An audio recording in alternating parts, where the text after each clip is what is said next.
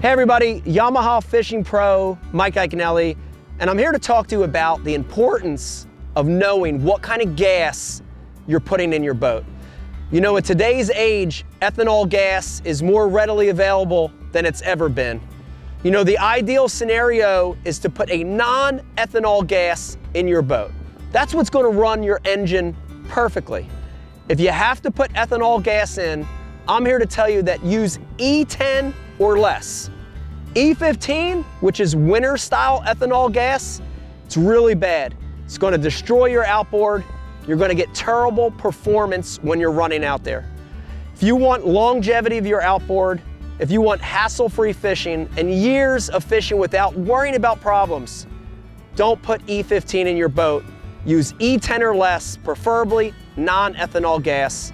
You're going to have successful years of fishing to come. Stay away from E15.